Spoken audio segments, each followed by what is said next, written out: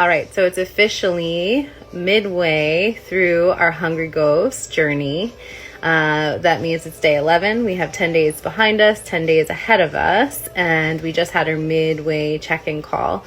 In the workbook today, the example has to do with compassionate reframe, and the prompt has you imagining that you're convincing your hungry ghost that it might be in your best interest to experience a negative phenomenon without numbing it. And the example that I give in the workbook is not looking healthy, and rather than going to the impulse, maybe if it's more of a shopping impulse to buy a cream about it, actually taking some time to self-reflect. Why do I not look healthy? What has my sleep been like? How have I been eating? What are my activities? What am I putting into my body? What ways can I be more healthy? Rather than just a cream and forget about it and continuing maintaining behaviors that maybe are actually making you unhealthy. And you can see in that example that just, a quick solution might not be the solve as we're waiting for the cream to arrive, this quick fix solution. Maybe we forget about it for a while and we just continue doing the same things.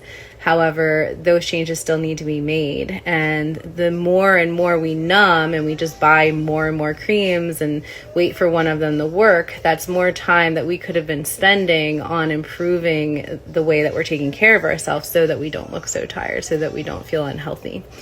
If that makes sense, and that's meant to be kind of like an example, you can really look into anything for that. Again, this is not meant to be bypass or toxic positivity or anything like that, but having like a moment where you really face what's coming up. It could be like a financial thing that keeps coming up and over and over and over again. And maybe it's okay, yeah, I really do need to get better at budgeting. Like this is ridiculous. Or missing details. Like, okay, I need to make sure that I'm in a really good headspace when I'm making big decisions, whatever it is, but starting to actually have